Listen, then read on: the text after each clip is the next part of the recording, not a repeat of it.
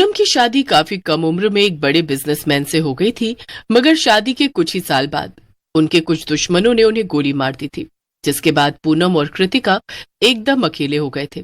कृतिका पहले तो किराए पर रहती थी, लेकिन पूनम के पति के मरने के बाद मकान मालिक उसे अच्छी नजर से नहीं देखता था, इसलिए पूनम ने वो घर छोड़ दिया था।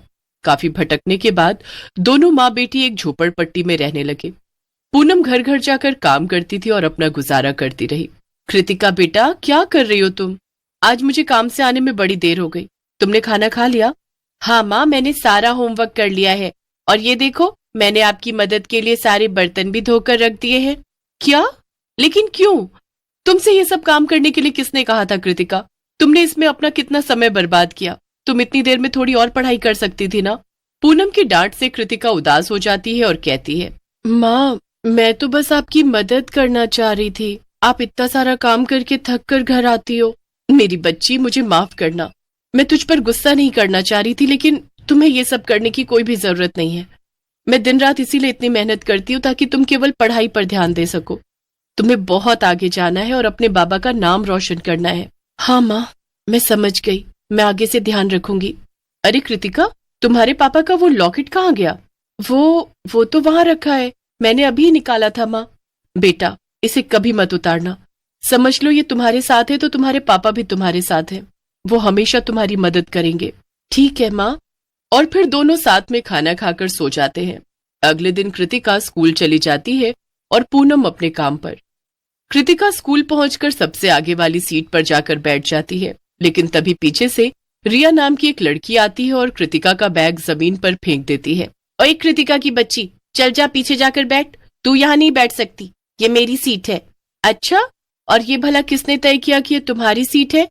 मुझसे जुबान मत लड़ा, जा यहाँ से। मैं शहर के सबसे बड़े व्यापारी की बेटी हूँ, इस नाते मैं ही फर्स्ट सीट पर बैठूंगी।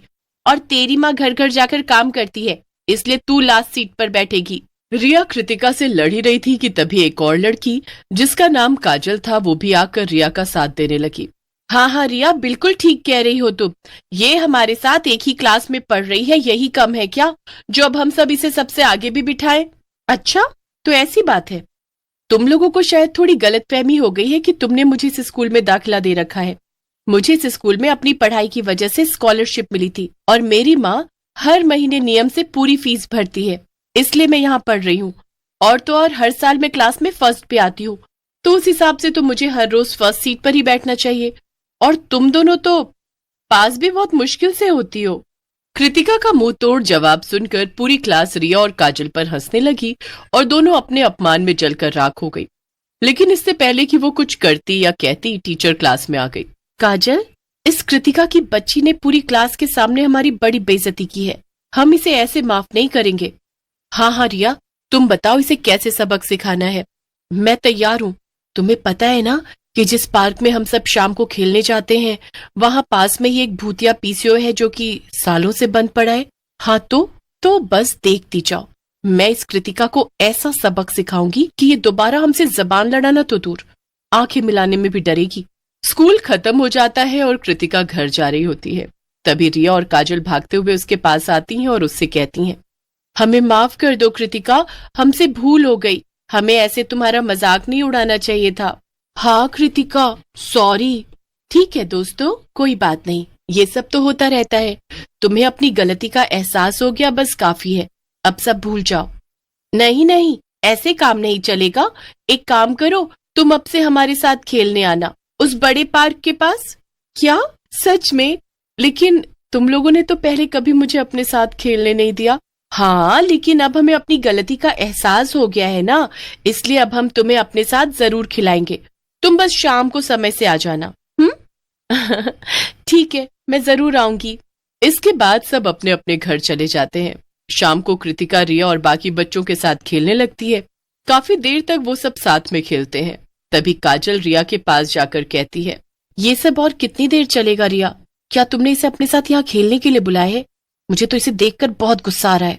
थोड़ा इंतजार करो काजल, खेल बस शुरू। तभी रिया कृतिका के पास जाती है और उससे कहती है, कृतिका, ये खेल तो बहुत हुआ, चलो अब कुछ और खेलते हैं जो कि इससे भी ज्यादा मजेदार है। अच्छा, कौन सा खेल? आओ चलो मेरे साथ चलो। फिर रिया, कृतिका और काजल तीनों भूतिया पीसीओ की तरफ चल पड़ते हैं। वहां पहुंचकर रिया कहती है, अब हम आंख मिचौली खेलेंगे। मैं तुम्हारी आंखों पर पट्टी बांध दूंगी और तुम्हें मुझे और काजल को ढूंढना होगा। वाह, इसमें तो बड़ा मजा आएगा। ठीक है।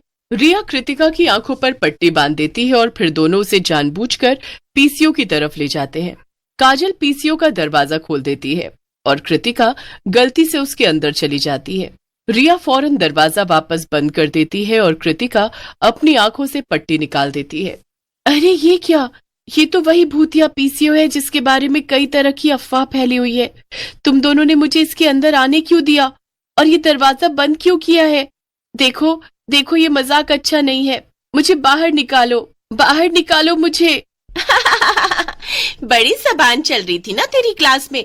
अब यहाँ रुक, पीसीओ का भूत बस आता ही होगा, उसके साथ अच्छे से जबान चलाना। चलो कृतिका, कल मिलते हैं, अगर तुम यहाँ से बचकर निकल पाई तो। क्या? नहीं नहीं, वापस आओ, निकालो मुझे यहाँ से। नहीं। रिया और काजल कृतिका को वहीं छोड़कर चले जाते हैं। धीरे धीरे अंधेरा हो रहा था और कृतिका को बहुत डर लग रहा था। उसने भूतिया पीसीओ के बारे में कई कहानियां सुनी थी। लोग कहते थे कि पीसीओ के मालिक ने पीसीओ के अंदर ही अपनी जान दी थी और तब से उसकी आत्मा वहीं भटक रही है। मैं ये दरवाजा खोल भी नहीं पा रही हूँ और आसपास कोई नजर भी नहीं आ रहा है। अब क्या करूं? अंधेरा हो रहा है, मुझे डर लग रहा है। और माँ को भी मेरी कितनी फिक्र हो रही होगी। क्या करूं मैं अब? कृतिका काफी देर तक उसी पीसीओ में कैद रही और वहां से कोई भी नहीं गुजरा जो कि उसकी मदद कर सके। अब रात काफी हो चुकी थी और कृतिका डर के मारे कांप रही थी। तभी पीसीओ के अंदर जो फोन था उसकी घंटी बजी। ये क्या? ये कैसे हो सकता है? ये पीसीओ तो कब से बंद पड़ा है। यहाँ भला फोन कौन कर रहा है? कृतिका ने डरते डरते फोन उठाया और कांपती हुई आवाज में बोली, हेलो, कौन? मैं भूतिया पीसीओ का खूंखार भूत बोल रहा हूँ। कृतिका भूत की डरावनी आवाज सुनकर डर गई और उसके हाथ से फोन छूट गया। ये क्या? ये तो सच में भूत है। अब क्या होगा? कृतिका जोर जोर से चिल्लाने लगती है और पीसीओ का दरवाजा खोलने की कोशिश करती है। कोई है? बचाओ, मुझे बचाओ, निकालो यहाँ से, कोई मेरी मदद करो। हंसने की आवाज सुनकर कृतिका पीछे मुड़ती है और पीसीओ का भूत उसके सामने खड़ा था। तुम तो सच में एक भूत हो। नहीं नहीं, मुझे मत मारना प्लीज। ये तो सब कहते हैं मुझसे। अब अगर मैं सबको नहीं मारूंगा और सबको छोड़ दूंगा तो मेरा पेट कैसे भरेगा? क्या तुम मुझे खा जाओगे? इतना बोलकर कृतिका जोर जोर से रोने लगती है। मेरी माँ मेरा इंतजार कर रही होंगी। उनका मेरे सिवा इस दुनिया में कोई भी नहीं है, मेरे पापा भी नहीं है। तभी भूत की नजर कृतिका के गले में पड़े लॉकेट पर पड़ती है। ये लॉकेट, ये तो मेरे दोस्त हर्ष का है। ये तुम्हारे पास कैसे? क्या? हर्ष? वही तो मेरे पापा थे। ये सुनकर और सारी बात जानकर भूत बहुत दुखी हो जाता है और वो पीसीओ के अंदर ही बने एक छोटे से डब्बे को जादू से खोलता है और उसमें से कुछ पेपर्स निकालकर कृतिका को दे देता है। ये मेरी सारी जमा की हुई प्रॉपर्टी है।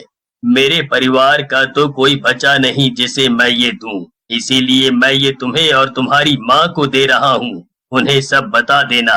और हाँ, जिन लड़कियों ने तुम्हें यहाँ बंद किया उन्हें मैं किसी दिन अच्छा सबक सिखाऊंगा। क्या सच में? क्या मैं यहाँ से जा सकती हूँ? आपका बहुत बहुत शुक्रिया।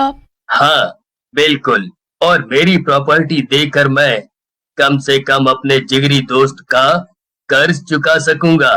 वैसे भी ये पेपर्स यहाँ कब से पड़े थे, शायद इन्हें अपने सही हकदार की तलाश थी। इतना कहकर भूत पीसीओ का दरवाजा खोल देता है और कृतिका दौड़ते हुए घर चली जाती है। घर पहुंचकर वो अपनी माँ को सारी बात बताती है, जिसे सुनकर पूनम को भी बहुत अच्छा लगता है।